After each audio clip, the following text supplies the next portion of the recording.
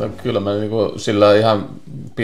pienenä silloin kun, tai nuorena kun piti niinku noita niin kuin ammatinvalintaa tehdä koulussa, niin meille tuli silloin jo yksi hevonen ja silloin mä niin päätin, että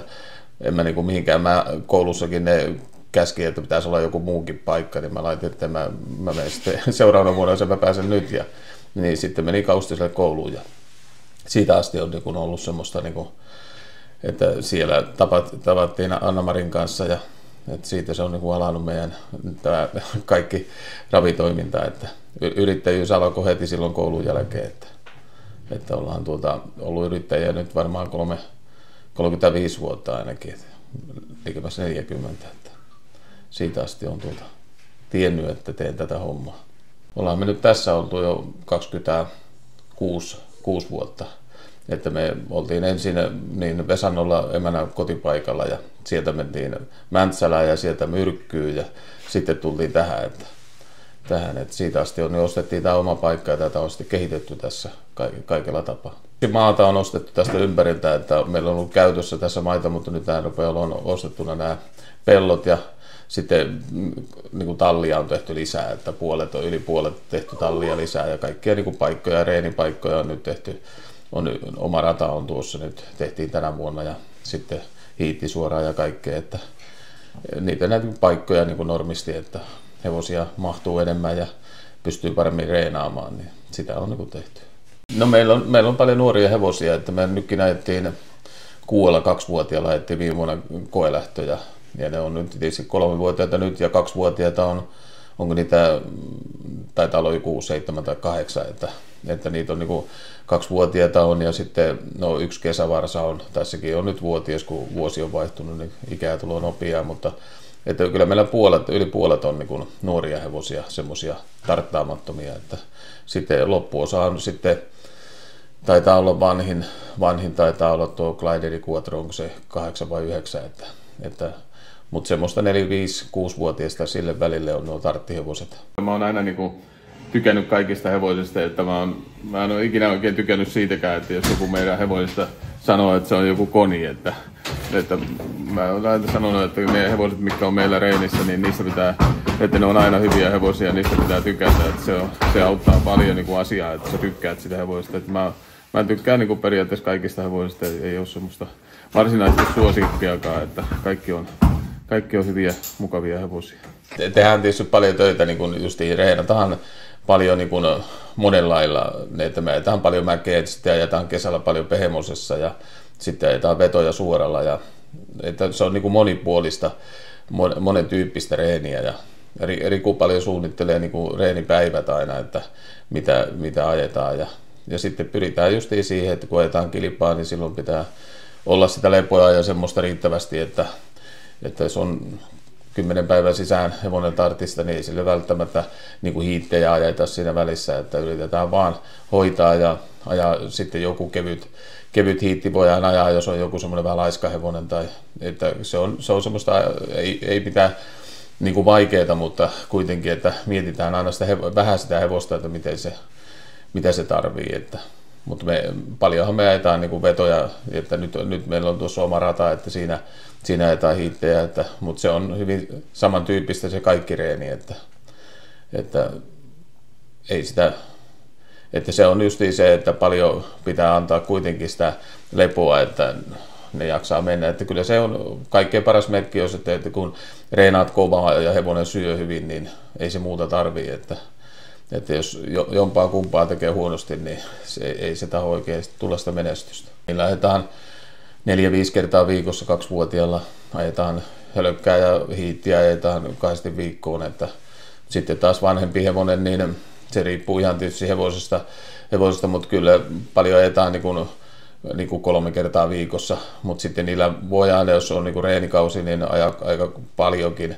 niin kuin monta vetoa tai tosi rankkaakin reeniä siinä, mutta sitten niillä on vastaavasti sitä huilia enemmän kuin niillä nuorilla hevosilla, että ne kerkii palautua. Ja tietysti tarttia kun ajetaan, niin helpotetaan tietenkin sitä reeniä, Et se on siinä isoja eroja niin kuin nuoreen, että nuorta pitää reenata niin tosi paljon, että se kehittyy, että joka lenkki vie eteenpäin, että sitä lähempänä on koelähtö, mitä useimmin käy lenkillä. Missä niillä tässä ajetaan, niillä parsoilla? Minkälainen se rata on? No meillä on tuossa nyt niin kuin 800 metrin rata, että niissä ajetaan paljon hölkkää tietysti noin välipäivinä ja sitten ajetaan me paljon niin kuin vetoja tuossa suoralla, että se on 800 metriä tuo suora, että 700 metrin vetoa ajetaan paljon, että aluksi ajetaan vain 2 vetoa ja sitten 4 ja 6 ja jossain vaiheessa sitten 8 vetoa, ja sitten taas ratalla ajetaan mailihiittiä niin kuin ensin 1 mailia ja sitten 2 mailia, ja sitten justiin sitä, että aloitetaan kaikilla hevosilla hyvin alhaalta, vaikka ne pääsisi niin kuin lujaakin, niin että pikkuhiljaa kehitetään sitä, mutta niin kuin säännöllistä, että se on ihan joka viikkoista, että ei tule niitä minkäänmoisia taukoja, jos ei niin kuin pakko pitää. Niin. Että kyllä mä uskon, että se niin kuin kaikkein tärkeintä on justiin se säännöllisyys nuorella hevosella, että sillä sä oot sen paljon terveempänäkin. Että. Mikä saa sut syttymään tässä tämän lajin parissa? No kyllä ehkä eniten se, hevonen tietysti, hienot hevoset ja tosi kilpailuhenkinen on itse, niin vaikka en itse aja kilpaa, niin kyllä on tosi kilpailuhenkinen, että se voittaminenhan se parasta on, että ei se ikinä kiva ole hävitä, mutta kyllä se voittaminen ja sitten ne hyvät hevoset ja sitten kun se tuntee, että se on kehittynytkin reenin aikana ja siinä ajan saatossa, jos on vaikka varsa tai olisi sitten vanhempi hevonen, niin lyhyessä ajassa tai pidemmässä ajassa, niin kyllä se sitten niin kuin tuntuu hyvältä, kun se on mennyt eteenpäin se asia. Että kyllä varmaan se semmoinen se kehitys, mitä tapahtuu siinä ajassa, kun se hevonen on ollut sulla, niin ja jos tuntuu, että on vähän niin kuin onnistunut siinä, niin se ehkä on se päällimmäinen asia. Ja tietysti se, että pystyy antamaan jonkinmoisia elämyksiä myös noille hevosen omistajillekin. Että sekin on aina tosi kiva nähdä startin jälkeen, että on niin kuin tyytyväinen omistaja ja tykkäsi, että meni hyvin ja näkee, että on niin kuin tyytyväisiä sun työhönkin myös, että sekin on niin kuin tosi palkitsevaa aina ollut. Tykkään siitä. Miten tämä teidän arki pyörii? 30 hevosta, niin miten tämä hoituu? No se hoituu hyvin sillä, että emäntä ruokkii kuuemaissa ja me mennään sitten Rikun kanssa ja Hetan kanssa 7-8 välissä talliin. Siivotaan ensin kaikki karsinat, että me siivotaan Hetan kanssa karsinat, Riku laittaa hevosia pihalle ja me siivoilla ja Anna-Mari siivoo karsinat, että meillä on tuossa 2 tallia, että mä oon yleensä tässä toisessa tallissa ja sillä se alkaa, että se on yleensä siinä 8-9 välissä ruvetaan ajamaan, että Riku merkkaa päivän ajohevoset ja sitten katsotaan, kelle ne laitetaan ja sitten meillä on semmoinen taulu, mihin merkataan, että kuka on kukakin, että millä lähtee ajamaan ja sitten jos on hiitti, niin ne merkataan ja kenen kanssa, että laitetaan aina numero perään ja sitten tietää aina Ami sitten hommata hevoset sitä mukaan aina käytävälle tai karsinoi, että me päästään lenkille, että se on hyvin semmoista tarkkaa hommaa, että meillä ei siinä päivällä sitten kerkiä muuta tehdä, me ajetaan koko ajan hevosia ja sitten naiset yleensä sitten varsinkin Ami hoitaa ja Heta niitä jalkoja sitten, mutta me Rikun kanssa hiitataan ja reenataan ja ajetaan hölkät kaikki, ja sitten yleensä tietenkin kaikki tämmöiset kengitykset kaikki tehdään joko illalla tai sunnuntaisin, että ei niitä viikolla oikein taho kerätä muuta kuin irtokengän yleensä lyödään, että kyllä me varsinkin talvella se on aika tiivistä se, että puhelimeen vastataan, jos kerätään, että joskus jos nappi kuuluu, niin sitten pystyy vastaamaan ajaessakin, että ei sillä se menee, se rutiini on hyvin semmoista, että me ajetaan niin kuin 6 päivänä viikossa, että sitten jos on tarttipäiviä, että jos on tiistaina tartti, niin sitä ajetaan vielä sunnuntaina niin kuin viimeistely monella hevosella, että me on yleensä ajettu niin kuin on 1 päivän välissä, niin joku viimeistelyhiitti, joku kevyt, riippuu vähän hevosesta, jollakin ajetaan 40, jollakin 30, jollakin vähän reippaampi pätkä tai joku, mutta sen verran, että ne hengästyy, niin että se on se systeemi yleensä viikossa. Ja sitten kaikki tämä tällainen, että mä haen hevosia miehille tuolta ajoon ja sitten hoitelen jalkoja ja laaseroin ja käärin ja tilailen rehuja ja laittelen aina viestiä Kivikankaan Markulle, että nyt laitat tänne rehua taas tulemaan. Miten teitä hevosia hoidetaan? Mitkä on semmoisia tärkeimpiä kulmakiviä? No tosi paljon laaserilla ja sitten meillä on tuommoinen Teraluxin laaseri, semmoinen langaton, se on tosi kätevä täällä tallioloissa, sillä se on niinku tosiaan langaton, niin ei tarvitse mitään piuhaa olla. Ja sitten lampaanvillat ja sitten back on trackin suojia tai kääreitä käytetään tosi paljon. Että ei oikeastaan enää läträtä millään aineilla. Niin kuin voi sanoa, että linimetit ja blisterit on niin kuin jäänyt kokonaan pois. Että ei juurikaan käytetä. Että sitten niin kuin, tietysti rasvoja ja tämmöisiä, jos on jotakin rupia tai näin. Mikä sun mielestä tässä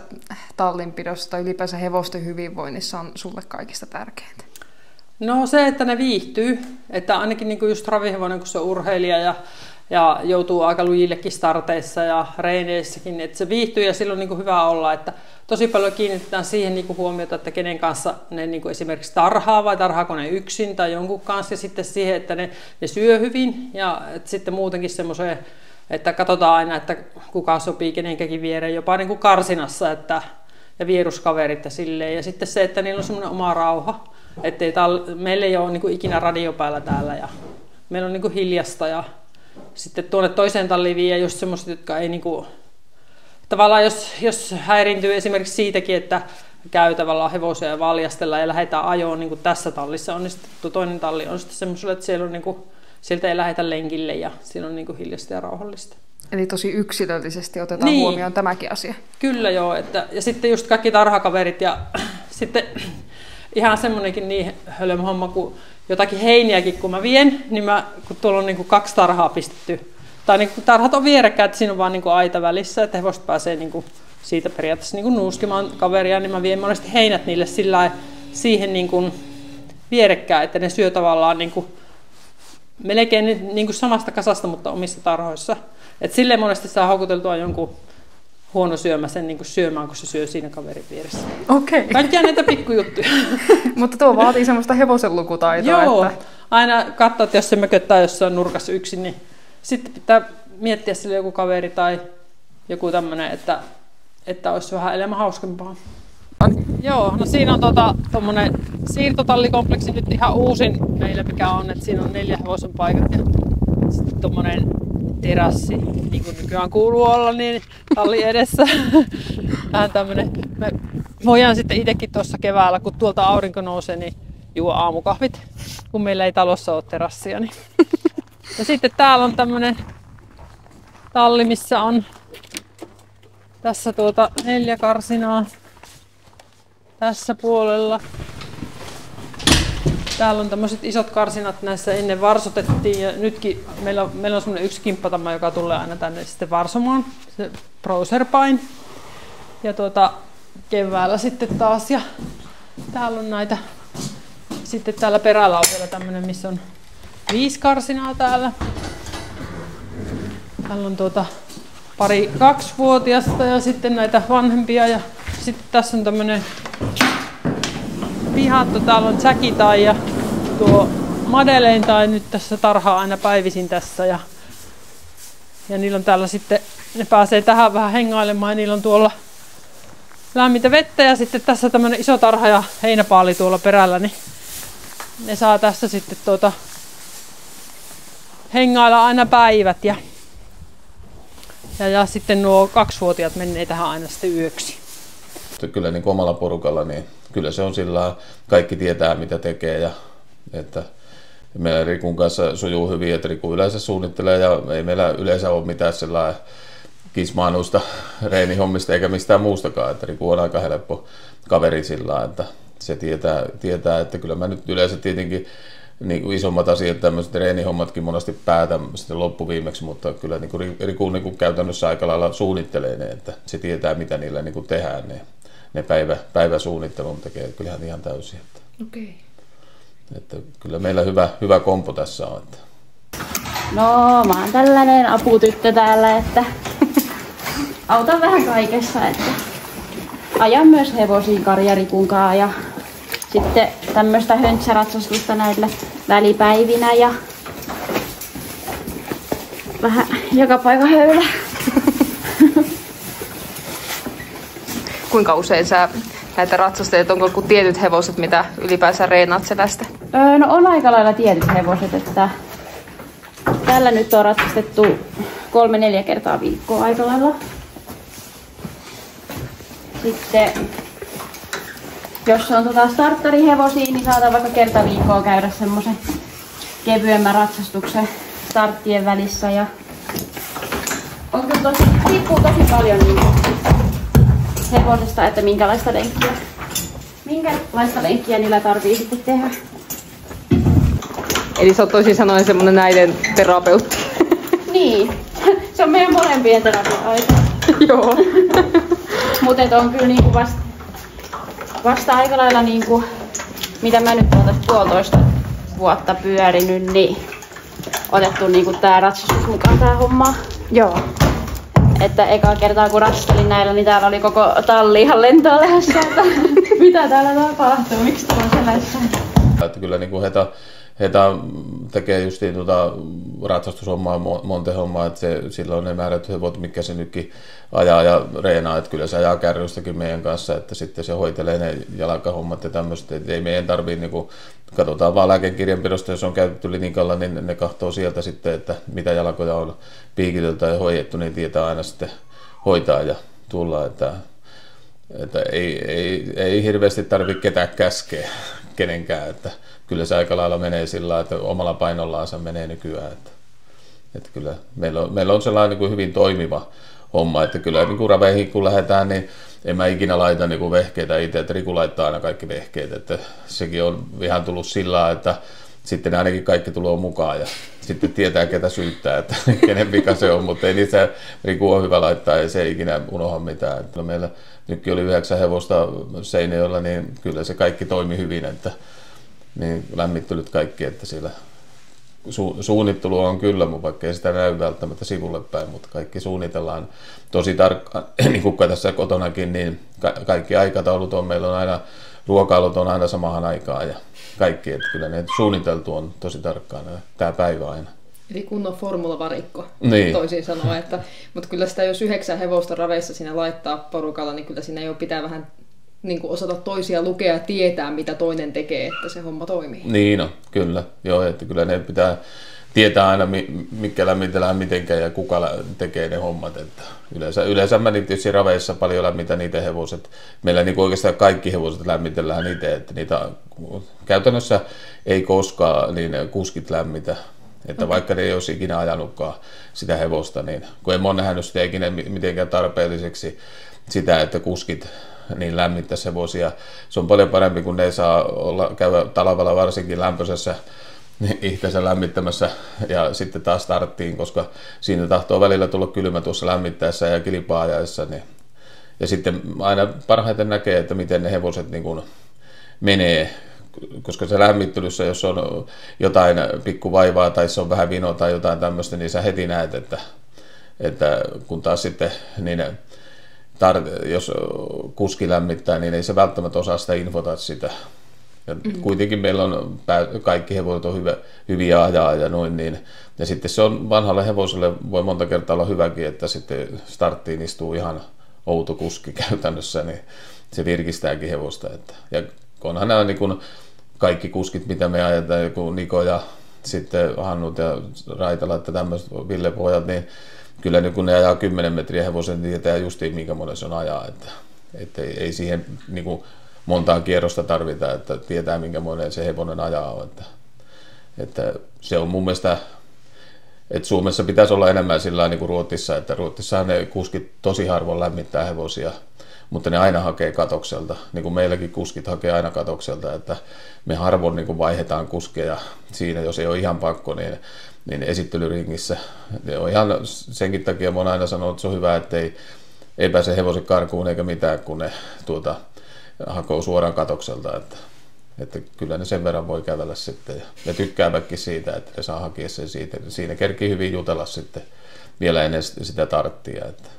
semmoinen niin kuin, vähän ruottalainen käytäntö meillä on, mutta se on vaan ihan, ei ole oikein kopioitu Ruotsista, mutta se on tullut vähän samanmoinen niin kuin ajatus. Pussissa 5 Westerbosterit View, 3 tulee 12 Claire Di Quattro, kuumassa ryhmässä mukana 3 Lehtosen treenattavaa. Suora aukeaa, 2 Jackie Tai johtaa, tallikaveri 9 Capriccio d'Amore toisella, 11 Infondam 3 ja 4 liitelee Lehtosen suojatteihin kuuluva 12 Claire Di Quattro ja tulee kuin siivet selässään voittoon. Lehtonen valmentajaliigan mestari, lähdön 8 voittaja 12 Claire Di Quattro.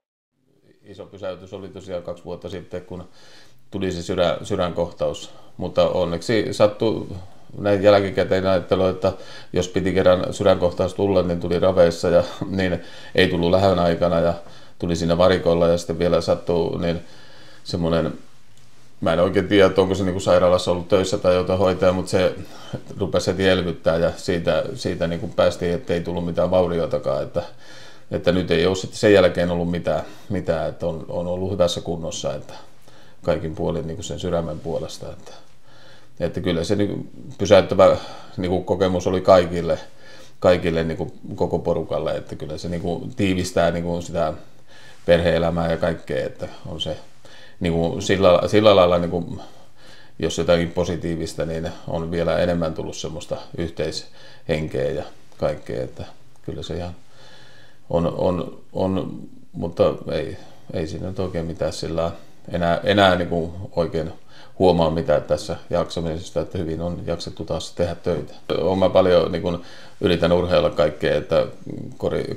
korisliikoja, tietysti peliä käyn katsomassa, mutta mä käyn paljon korisharkoossa ja tämmöistä, että kyllä mä nyt on, ja nytkin on ravivalmentajan kuntoutukseen, mä en ole niissä ennemmin ollut, niin niihin nyt on menossa helmikuussakin, että kyllä ja sillä että on nyt yrittänyt pikkusen niin kuin pitää kunnosta huolta ja vähän mitä syö ja sillä että kyllä se niin kuin on moni niin kuin sen jälkeen mullekin sanonut, että niin kuin on itsekin vähän ruvennut kahtomaan kaikkea, käynyt lääkärissä ja näin, kun ei niin kuin meilläkin kun hevosella on jotakin, niin se on 2-3 päivää, niin se on linikalla, mutta itse voi mennä 1-2, että mennään niin jotenkin kättä näyttämään, jos on joku olkapää mennyt vaikka sijoiltakin, niin ei mennä lääkäriin, että kyllä se on se, että kyllä huolta pitäisi pitää omasta kunnosta, että kyllä me nyt on käyty, aina nyt oltiin justiin 2-3 viikkoa sitten oltiin lomalla, että on me yritetty ja nyt on niin kuin Rikun kanssakin, Rikukin on menossa maaliskuussa lomalla ja sillä että yritetään pitää niitä ja viikonloppuja aina sitten, nyt kun meitä on hetakin tuossa, niin me pystytään jonain viikonloppuna jonnekin lähtemään ja ne jää hoitaa hevosia. Että onhan se sillä kun me enemmän silloin kun oltiin 200, niin ei tästä oikein voinut lähteä mihinkään. Että kyllä siihen pitäisi panostaa vielä enemmän kaikkien. Ja kun mä itse ajattelen niin, että jos ei huolehdi itsestään, niin ei siinä hirveästi annettavaa ole kyllä sitten muillekaan puhumattakaan niistä hevosista. Että aina hevosille kaikki, mutta itse jää vajalle. Niin, on se justiin, että kyllä sitä sitten niin kuin jaksaa, että mäkin sitten paljon käyn justiin tosiaan ihan vieraspelejä katsomassa korisliigaa ja tämmöisiä, että se on niin kuin mun semmoinen intohimo käydä katsomassa, että kyllä se antaa semmoista sitten, että itselle, kun sä katsot jotain peliä, tuolla korisliigapeliä, niin et sä niinku ajattele hevoshommaa ei ollenkaan, että sitä pitäisi niinku käydä jossain teatterissa ja tämmöisessä emännän kanssa, että justiin sitä semmoista nollaamista, että tehdään ihan jotain muuta, niin se on niinku, ja joskus käyn jänismetällä isän kanssa ja veljen kanssa, että just sitä pitäisi niinku olla, niin sitten sä pystyt niinku antaa enemmän, että kyllä sä aina, jos olet viikonlopun tai viikon olet jossain reissussa, niin aivan intopiukeella on sitten, että pääsee ajamaan hevosella ja niitä ajatuksia sitten tulee, aina positiivisia ajatuksia tulee, niin sitten tulee aina uutta näkökulmaa jonkun hevoseen ja semmoista, että kyllä